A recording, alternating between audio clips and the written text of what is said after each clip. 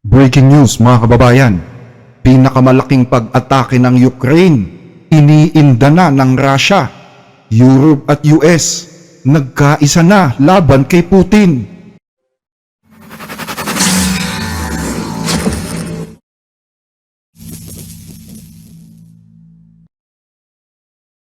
Ngayon ay June 19, 2026.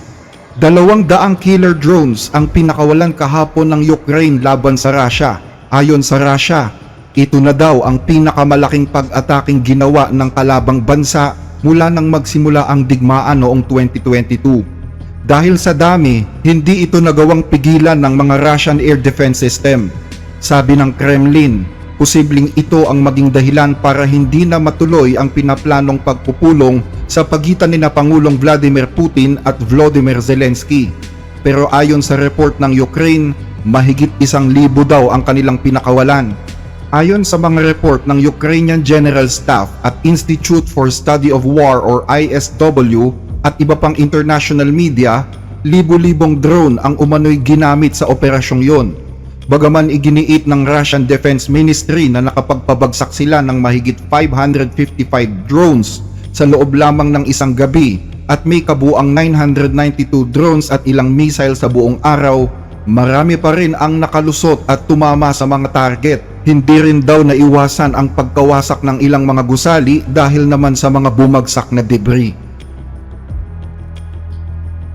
Isa sa mga larawang tumatak ay ang tindi ng pag-ataking ginawa ng Ukraine buong gabi, kung saan ang buong Moscow ay natatakpan ng makakapal na usok. Tama lang na sabihin na itong huling pag-atake ng Ukraine ay hindi nakakatulong para personal na paglapitin ang mga pinuno ng rehimen sa Kiev at ang aming presidente. Hindi talaga ito nakakatulong. Kahit ayaw mo, malinaw naman na pinipilit pa rin ng mga Europeans na ituloy lang tong gerang to.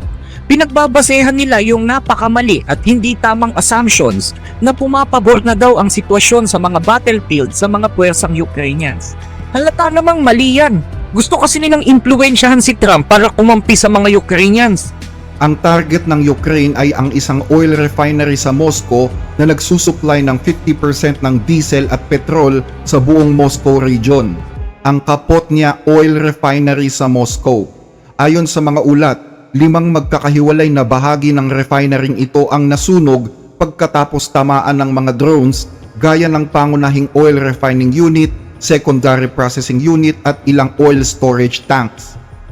Dahil sa lakas ng mga pagsabog, isang malaking takip ng oil tank ang tumalsik pa sa himpapawid na parang spaceship, habang makapal na itim na usok naman ang bumalot sa kalangitan ng lungsod. May ilang residente rin na nagsabing nagkaroon ng oil rain o pagpatak ng maliliit na bahagi ng langis mula sa ere matapos masunog ang mga imbakan ng langis. Ito na ang ikalawang beses sa loob lamang ng ilang araw na tinamaan ang nasabing oil refinery pagkatapos ng pag-atake noong June 15 at 16.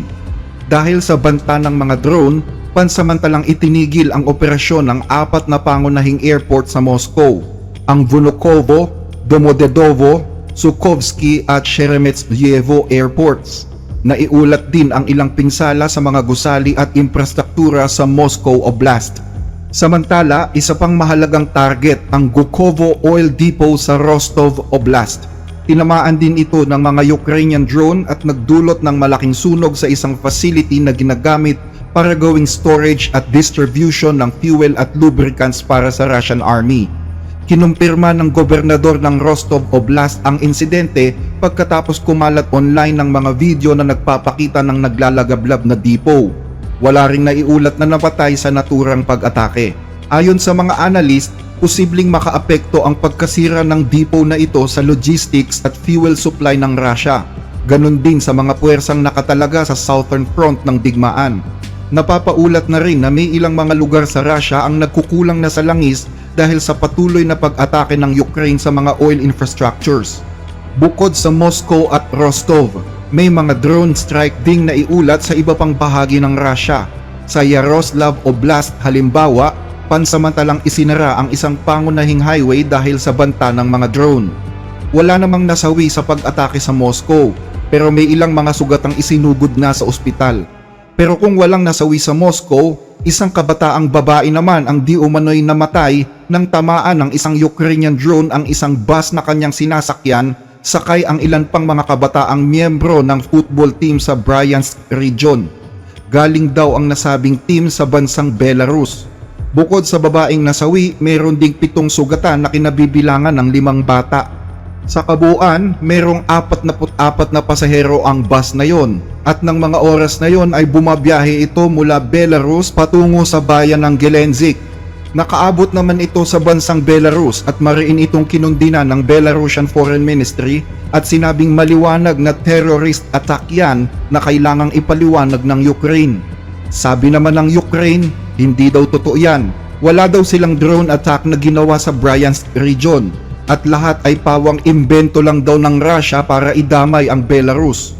Sa ngayon ay nag-utos na si Pangulong Vladimir Putin ng isang komite para imbestigahan ang pangyayaring ito. Malinaw ang mensahe, kayang ibalik ng Ukraine ang digmaan sa loob mismo ng Russia. Tungkol naman sa mga pag-ataking naganap sa Moscow, sabi ni Zelensky, tama lang daw yan. Ganti lang yan sa mga pag-atake ng Russia sa kanilang kabisera sa Kyiv. Lalong-lalo na ang pagbomba ng Russia sa napakahalagang Christian holy site ng Ukraine, ang Pechersk Lavra na nasa lungsod ng Kyiv. Hindi lamang ito importante sa relihiyon ng mga taga-Ukraine, kundi sa mga Kristiyano din naman sa buong mundo. Umaasa din si Zelensky na ang ganitong mga pag-atake ang magtutulak kay Putin para makipag-usap na sa negosasyon. Meron kaming mga kagamitan at sapat ang lakas ng mga to para ilagay ang Russia sa landas kung saan diplomasya na lang ang natitira nilang pamimilian. At gaya ng nakikita natin ngayon, umaasa si Putin sa sunod-sunod na pag-atake gamit ang kanyang mga missiles, ang mga ballistic missiles. Kaya kailangan naming depensahan ang aming sarili sa mga ballistic missiles na ito. At mga kaibigan, nakita nyo naman siguro kung papaanong inatake ng Russian drone ang Pechersk Lavra sa Kyiv. Yan ay isa sa mga pinaka-importanting holy site para sa mga Kristiyano, hindi lang sa ating rehiyon, kundi sa buong sangkakristyanuhan. Dahil sa Lavrov na yon at sa mga lambak ng Kyiv, nagsimula ang paglaganap ng Kristyanismo papuntang silangan hanggang sa ilang bahagi ng ating Europa. Ang pag-atake sa ganong lugar ay maituturing na crime against humanity. Siyempre, inihahanda din namin ang aming pagganti sa mga ganong klaseng pag-atake ng Russia. Nananawagan din si Zelensky na magkaisa na ang buong Europa para ipakita kay Putin na kaya ng Ukraine at ng mga bansang European Union na maghatid ng mabibigat na pinsala sa mga bagay na mahalaga sa kanya. Sumagot naman ang Russia. Sabi nila, pinatitindi daw ng mga European countries ang pag-atake sa Russia sa paniniwalang nananalo na sila sa digmaan. Hindi daw totoo yan, sabi ng Kremlin. At bukod dito, nangako ang Russia na gaganti sila sa ginawa ng Ukraine. Ayon kay Russian Foreign Minister Sergei Lavrov, matagal na akong naniniwala na hindi sapat ang puro salita lang. Hindi lang din nagkataon, pagkatapos ng ilang panahon ay isa na namang terrorist attack ang ginawa ng rehimen sa Kyiv. Sinabi ng presidente na gagawa kami ng regular group strike sa mga target na may direktang kinalaman sa pagiging handa ng Ukrainian Armed Forces sa laban.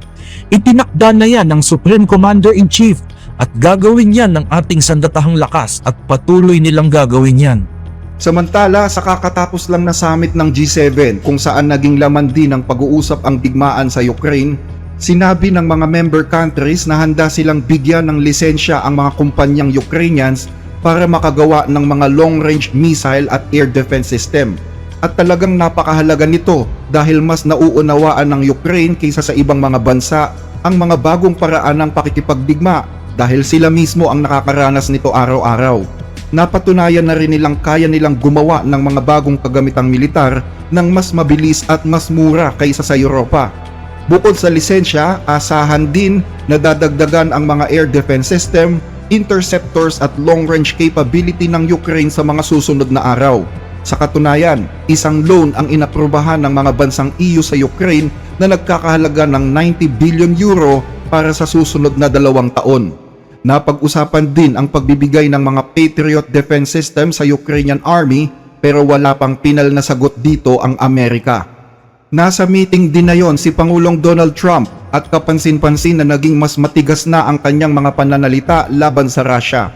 Kung matatandaan kasi, sinabihan ni Trump ang Ukraine noong isang taon na wala silang baraha o kapag-apag-asang manalo laban sa Russia dahil ito'y isang mahinang bansa at hindi pabor ang US sa mga bansang mahihina. Pero dahil sa mga ipinakita ng Ukraine ngayon laban sa Russia, nag-iiba na rin ang mga sinasabi ni Trump. Batay sa pag-aaral, 48% ang nagsasabing nananalo na ang Ukraine, habang 48% din ang nagsasabing nananalo ang Russia. Lumalawak na rin ang mga teritoryong nababawi ng Ukraine mula sa mga sinakop ng Russia. Dahil dyan, marami ang humahanga ngayon sa ipinapakita ng Ukraine. Pero para sa mga eksperto, malabo pang makita sa ngayon na humarap ang Russia sa negotiating table dahil lang sa mga ipinapakita ng Ukraine. Focus pa rin daw kasi si Putin sa mga tunay na layunin niya kung bakit niya sinimulan ang digmaan. Naniniwala pa rin si Putin na sa mahabang digmaan ng pagkapagod at pagkaubos ng lakas, sa huli ay Russia pa rin ang mananaig. Gayunman, aminado ang mga Ruso na ramdam na rin ng mga pangkaraniwang tao sa kanilang bansa ang epekto ng mga pag-atake ng Ukraine. Mayroon na ngang mga nagtatanong kung hanggang kailan ba talaga matatapos ang digmaan. Pinag-uusapan na rin ng mga Ruso ang mga drone attack sa iba't ibang lugar. Sabi ni Zelensky, umaabot na sa 55,000 Ukrainian soldiers ang namamatay sa digmaan, pero naniniwala naman ang mga eksperto na posibleng nasa 140,000 na. Sa Russia naman, nasa 220,000 Russian soldiers na ang nawawala sa listahan, pero posibleng umabot na rin sa kalahating milyon ayon sa isang spy group ng United Kingdom. Muli namang nanawagan si Pangulong Trump na itigil na ang digmaan dahil sa dami ng namamatay araw-araw lalo na sa panig ng Russia.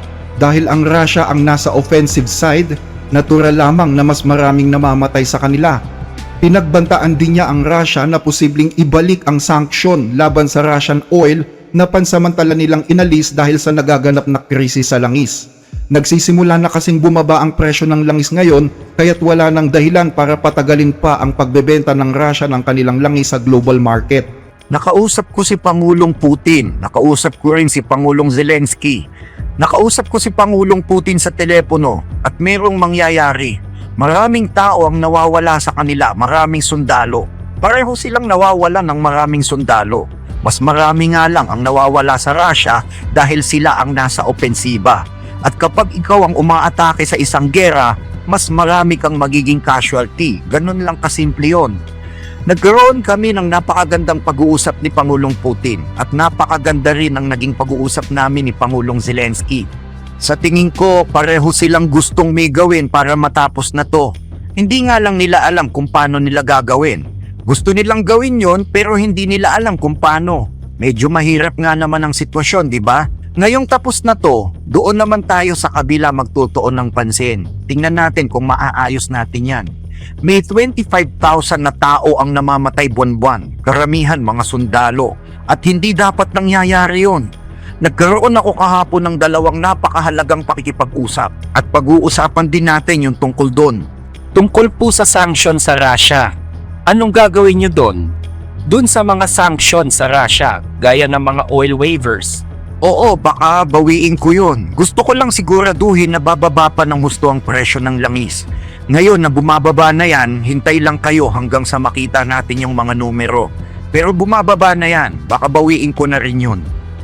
Marami ngayon ang umaasa na pagkatapos ng problema sa Iran, sunod namang tututukan ni Trump ang kaguluhan sa Ukraine. Sabi ni Trump, ang totoo, wala naman talaga silang pakialam sa gera ng dalawang bansang ito dahil napakalayo ng Amerika sa kanila. Ang trabaho lang nila ay magbenta ng armas. Pero dahil sa dami ng namamatay buwan-buwan, nauobliga ang Estados Unidos na manghimasok. Pero hindi naiwasang sisihin din ni Trump ang pagkakaalis ng Russia sa G7 na dati ay G8 noong kasama pa ito.